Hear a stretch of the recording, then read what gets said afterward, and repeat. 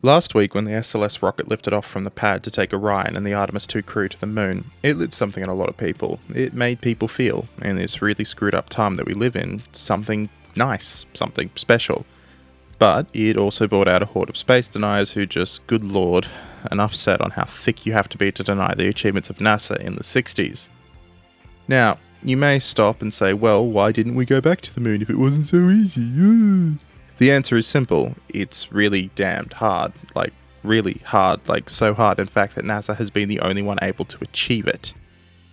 And they weren't and aren't the only ones who have tried and are trying.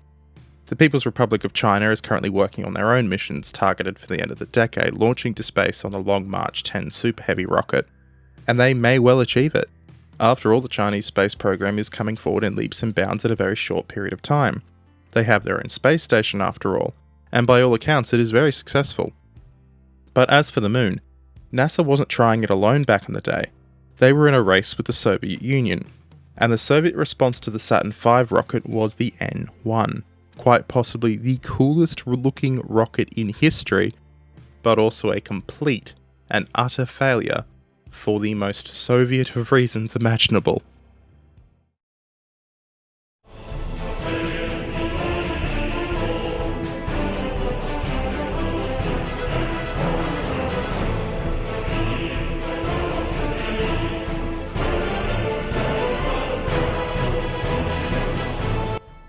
Of all the great might have been vehicles in the history of space exploration, few are as dramatic or as just cool as the explosive N-1. The seeds of the N-1 were planted as early as 1959 when Soviet rocket engineers began studying the concepts of super heavy lift vehicles.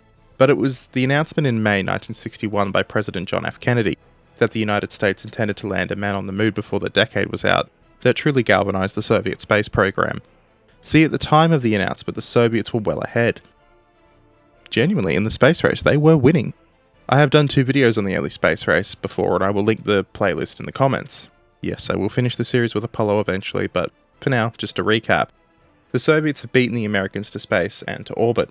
They have a stronger rocket in the form of the R-7, and they are about to visit the far side of the moon with a probe. The US was coming fast though. The Gemini program showed just how effective the American program could be if it was given the right attention. And the fact was that the US had support in its program from allies around the world when it came to tracking and resources. For example, one of the largest tracking stations for NASA is in Canberra, in Australia. It's in the middle of a sheep paddock, which is just hilarious. The Soviets would push the envelope too far here, sending the first Soyuz capsule into space far too early. It was broken and so unprepared that cosmonaut Vladimir Komarov was effectively sent to his death. And he knew something was up before he took off. Everyone did. Yuri Gagarin, the first man in space, even tried to take his friend's place, but to no avail. Komarov impacted the ground and was killed in an instant. This slowed the USSR's space program at a time when they really couldn't afford it, and it would take about 18 months until Soyuz would be ready to launch again. Of course, during this time, the Soviet plan for the moon had also suffered a crippling setback, one they tried to hide.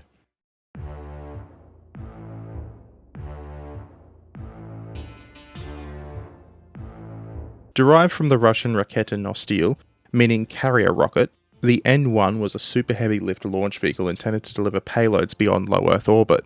The N-1L3 configuration was specifically designed to compete with America's Apollo program, using a similar lunar orbit rendezvous approach to land a cosmonaut on the moon.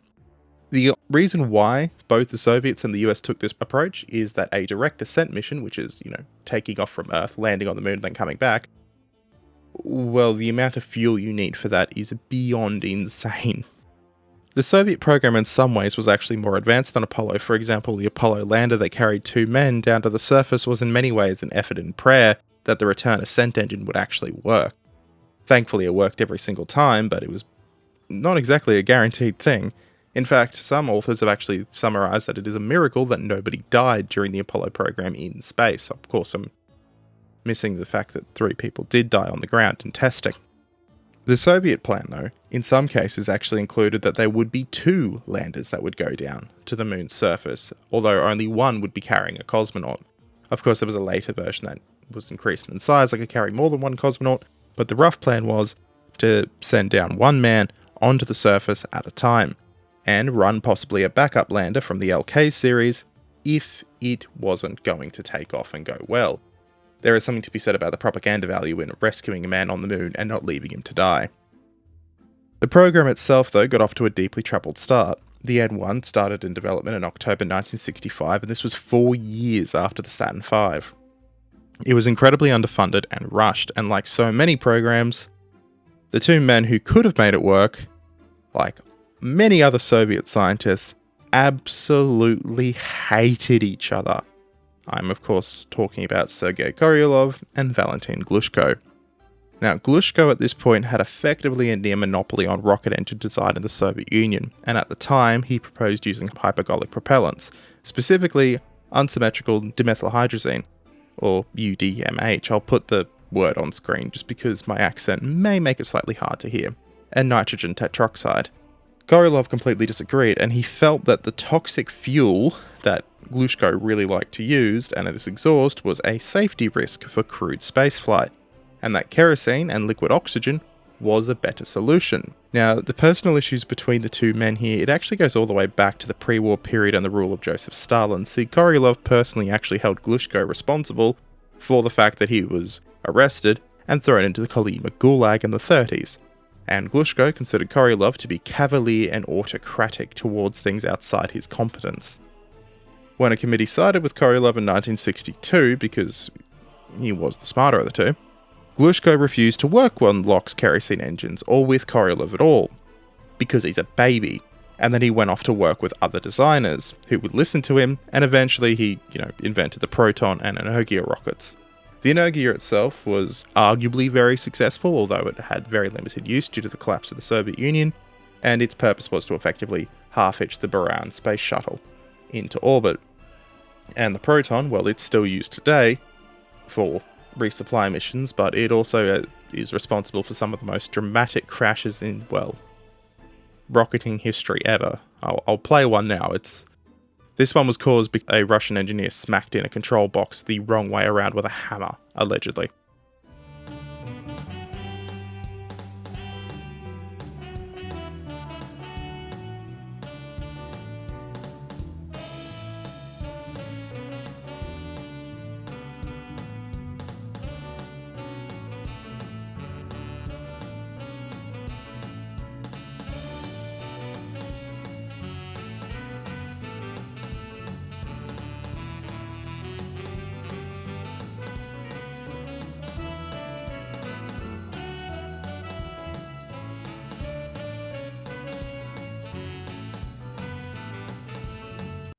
This left Korolyov in a blind. He then turned to Nikolai Kuznetsov, a jet engineer at OKB-276 who had limited experience in rocket propulsion.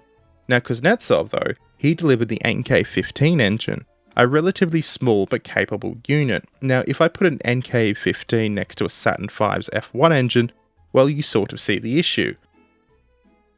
The problem was that to generate sufficient thrust for the enormous rocket, to get to the moon, you need either a bigger engine, which the Soviets simply could not make, or 30 of these smaller engines. Yeah, you heard right, 30. These can only go well.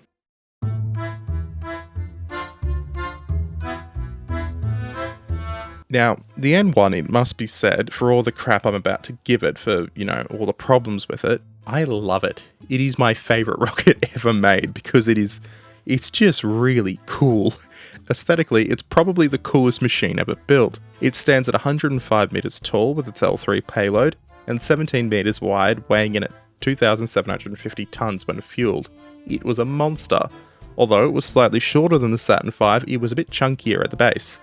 The first stage, Block A, was powered by 30 NK-15 engines arranged in 2 rings, with the control system primarily based on differential throttling of the engines of the outer ring for pitch and yaw. The total thrust generated by Block A was quite a lot more, 45,400 versus 33,700 kilonewtons of thrust, when you compare it to the Saturn V's lower stage. The N1 actually would hold this record for the most powerful lower stage in existence until 2023, when SpaceX's Super Heavy booster for its Starship program finally exceeded it. To manage the 30 engines, the Soviets developed the Chord system, or that, meaning control of rocket engines. The The Cord was the system devised to supervise the large cluster of the 30 engines in Block A, and it was also designed to shut down opposing engines that suffered failures. The idea was that it would maintain symmetrical thrust by doing this, so for example if one engine on one side went down, to avoid the rocket tipping over, one on the other side would also go down. Simple, right? This will be an issue later on. The Block A stage could theoretically therefore function with up to 2 pairs of opposing engines shut down, namely 26 of its 30 engines still operating. Now in theory, this redundancy made the system robust. In practice, well, there's a simple saying: too many cooks spoil the broth.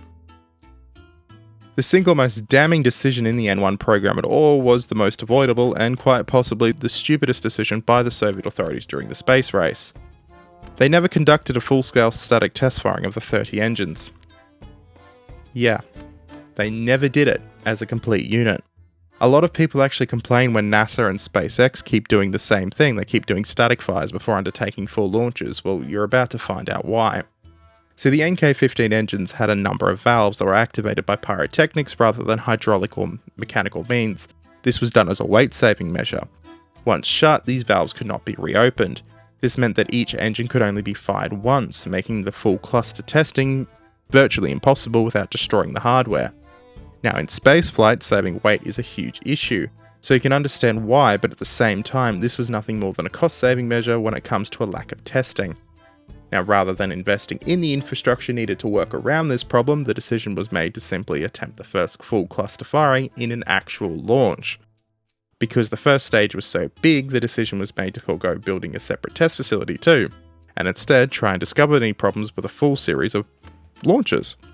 Now in hindsight, this would prove to be a mistake, because each of the 4 launch attempts of the N1 resulted in, spoiler alert, spectacular explosions, and it was all due to the first stage.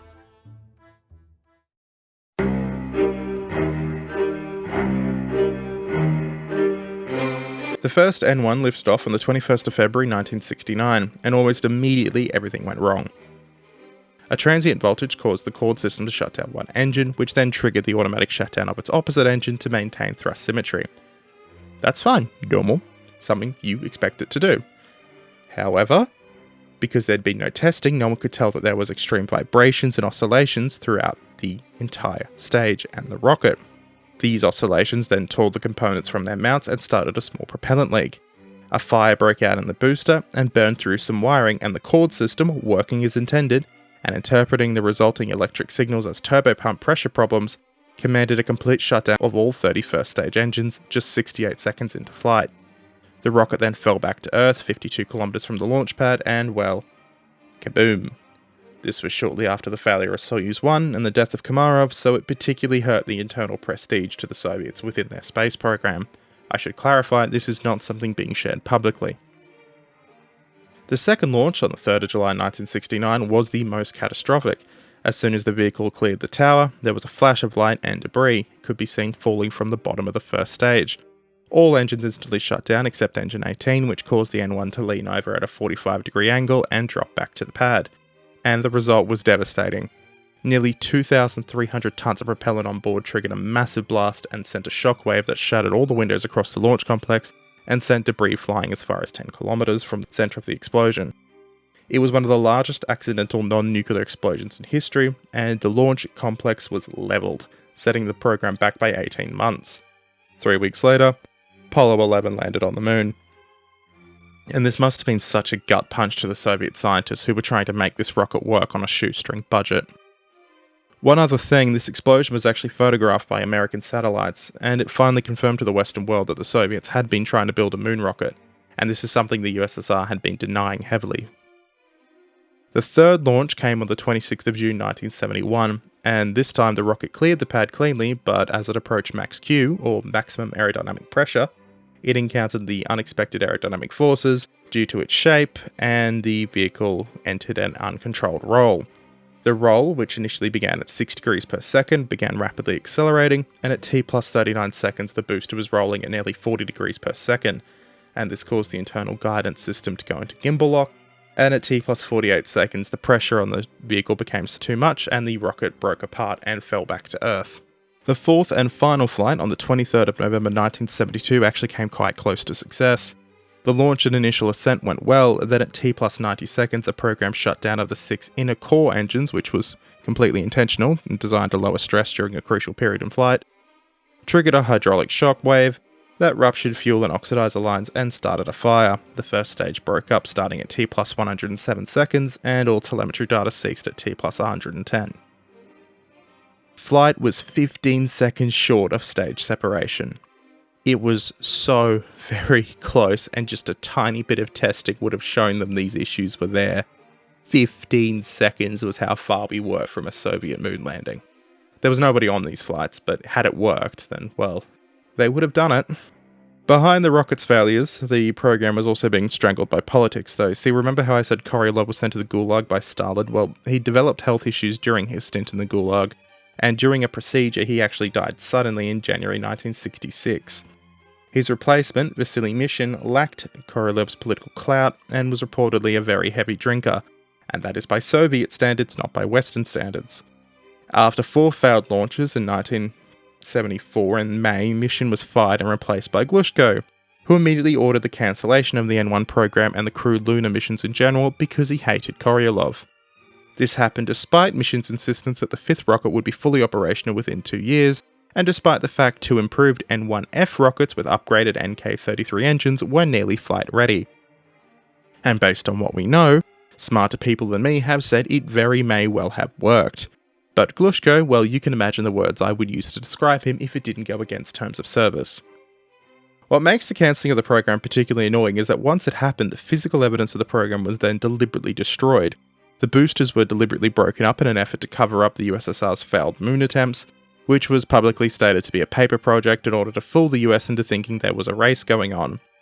This cover story lasted up until Glasnost, when the remaining hardware was seen publicly on display. Although today it is well known that the USSR was attempting to race the Americans to the moon, the Soviet Union would not officially acknowledge its crewed lunar program until 1989, just prior to the collapse of the Union. Now, you ever wonder why people say that it is stupid to deny the moon landing? It's right here.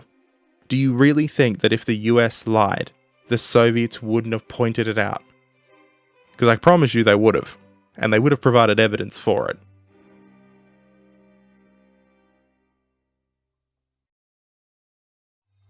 Although the N1 was a failure, it weirdly has sort of a strange second life as a part of a NASA program. No, I really did not stutter, it really has lived on thanks to NASA. See those upgraded engines developed for the N1F, the NK-33 and NK-43? They were amazing engines. And when they were used as standalone units and not thrown into a giant cluster with janky Soviet electronics and computing, they proved even better. In the mid-1990s, desperate for money, Russia actually sold 36 engines for $1.1 million each, along with a production license to the US company Aerojet General. This is around the time the US actually sought out private companies to take up the slack for its cuts to NASA. And lo and behold, companies that are now second nature in the space industry began to be born. United Launch Alliance.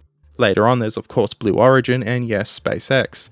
These Soviet engines though would be modified and used in the American Antares launch vehicle under the designation AJ-26.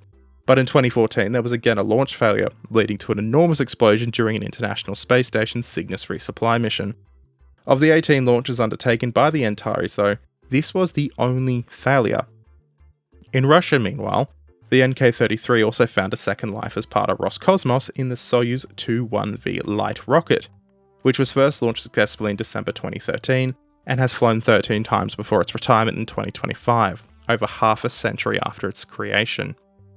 Russia claims to be developing a new rocket, by the way, capable of carrying the Oriole capsule to the moon, called the Yensei. But the odds of it actually happening given the state of Russia are incredibly low, and especially considering they just pushed back a bunch of their lunar missions. And I really wouldn't hold my breath. Somehow though, the Yensei is even more Kerbal than the N1, and the mock-ups are interesting, to say the least. But that is the story of the N1. Now of course I didn't go too far into the engineering here. I know the basics, but I am no means an expert, and there are far more knowledgeable people out there than me on this topic. These days though, she is just one of many cancelled and failed space projects.